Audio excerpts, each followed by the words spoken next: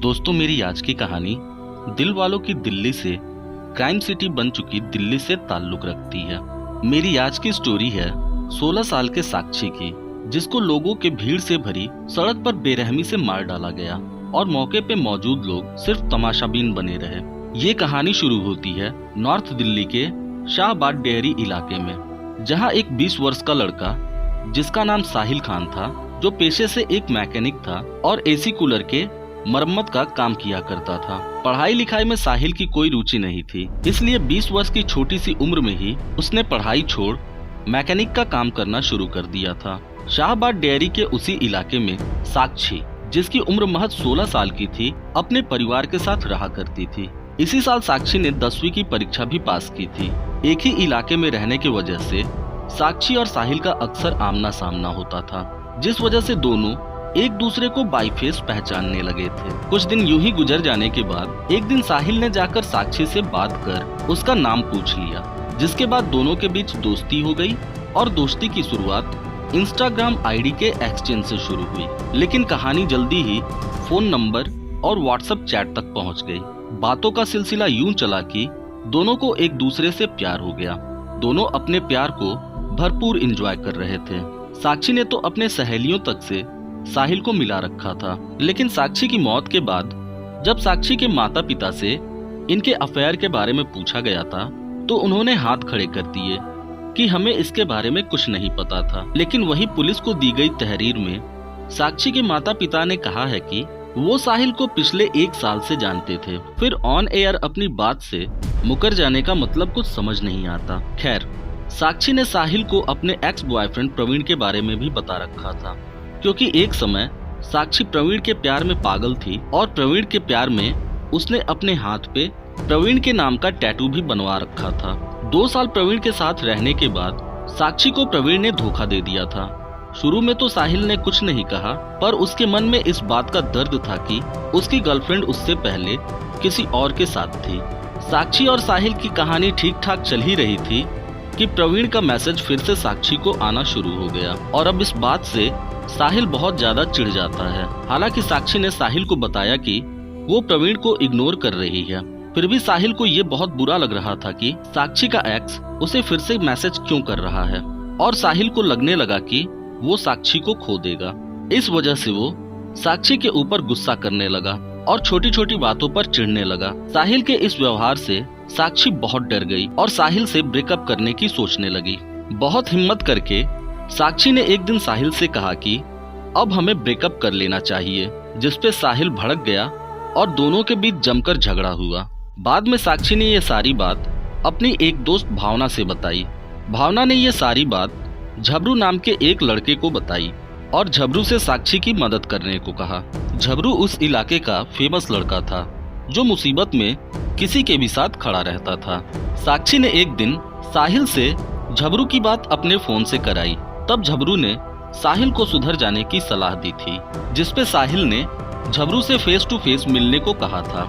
इसके बाद झबरू साक्षी और भावना के साथ साहिल को मिलने गया। जगह वही थी जहां साहिल ने साक्षी को 20 बार चाकू और पत्थर मार के मार डाला था। खैर, झबरू के साथ सिर्फ साक्षी और भावना थे, जबकि साहिल के साथ 15 और लोग आए थे। लेकिन जब तक झबरू वहां साहिल से बात कर रहा था, तब तक किसी की हिम्मत नहीं हुई कि वो बीच में कुछ बोल सके। यहाँ तक कि साहिल भी चुपचाप झबरू की हाँ में हाँ मिला रहा था। इसके बाद साक्षी की जिंदगी काफी हद तक आसान हो चुकी थी। वहीं साहिल को ये लग रहा था कि मेरे साथ इतने लोग थे, तब भी किसी ने झबरू के सामने जुबान नहीं खोली। अब साहिल को लगने लगा कि साक्षी के चक्कर में कहीं झबरू मुझे मार न डाले, इसलिए उसने साक्षी को ही मार डालने का प्लान बनाया। उन दिनों साक्षी अपनी एक दोस्त, जिसका नाम नीतू था, उसके घर पे रह रही थी, क्योंकि नीतू की शादी हो चुकी थी और उसका एक बच्चा भी था। पर किसी केस में उसका पति जेल में था, इसलिए नीतू को कोई दिक्कत न हो, इसलिए नीतू ने साक्षी को अपने साथ ही रखा था। अब आती है 28 तारीख, जिस दिन साक्षी की हत्या हुई थी। उसी दिन नीतू के बच्चे का जन्मदिन भी था, जिस वजह से साक्षी अपने दोस्त भावना के साथ मार्केट से नीतू के बच्चे के लिए कपड़े खरीदने गई थी। कपड़े खरीदने के बाद साक्षी अपने घर गई थी अपने कपड़े चेंज करने के लिए, लेकिन इस दौरान साहिल साक्षी को लगातार कॉल कर रहा था पर साक्षी ने 7:30 बजे शाम को एक बार साहिल का फोन तो उठाया था, पर ठीक से बात नहीं हो सकी थी। फिर साहिल को पता चला कि नीतू के बच्चे का जन्मदिन है और साक्षी वहीं जा रही है। इसके बाद ही साहिल नीतू के घर के रास्ते में खड़ा होकर साक्षी का इंतजार करने लगा। जैसे ही वो साक्षी से मिला, उसे रोककर अपनी बातें समझाने लगा, पर साक्षी को देर हो रही थी, इसलिए वो वहां से निकलना चाहती है। जिसके बाद साहिल का गुस्सा फूट पड़ा और उसने जेब में रखी चाकू निकालकर साक्षी के ऊपर 20 बार वार किए और उसके बाद वहीं पड़े एक बड़े से पत्थर से साक्षी के ऊपर लगातार वार करते रहा। जुनून का आलम ये था कि साहिल ने साक्षी के सर में जो चाकू मारा था, साहिल ने जब उसे वापस निकालना चाहा, तब साक्षी का शरीर भी ऊपर उठ गया था। इतनी क्रूरता से साहिल ने साक्षी को मारा था। हालांकि इस घटना के दौरान वहां 25 से 30 लोग मौजूद थे, जिसमें से एक सफेद रंग के टी शर्ट पहने हुए लड़के ने साहिल को रोकने की कोशिश भी की थी, पर लोगों की खामोशी और साहिल की दरिंदगी को देख के वो लड़का भी कुछ न कर सका और देखते ही देखते साहिल ने साक्षी की जान ले ली। साहिल को पता था कि उसे पुलिस किसी हाल में नहीं छोड़ेगी, इसलिए साहिल रातों रात अपनी बुआ के घर गाजियाबाद चला गया। वहां उसने ये झूठ बोला कि बगल में ही मेरे एक दोस्त की शादी थी और मैं वहीं आया था। साहिल के इस तरह से अचानक आने पे उसकी बुआ को भी बड़ी हैरानी हुई, इसलिए उन्होंने फोन करके साहिल के घर पर उसके पिता को बताया कि साहिल इस वक्त यहाँ मेरे घर पे गाजियाबाद आया हुआ है। हालांकि तब तक ये घटना पुलिस के पास पहुंच चुकी थी और पुलिस साहिल की तलाश कर रही थी। साहिल के न मिलने पर पुलिस ने साहिल के घर का फोन ट्रेस करना शुरू कर दिया था और उसकी बुआ का फोन आते ही पुलिस को साहिल की लोकेशन का पता चल गया।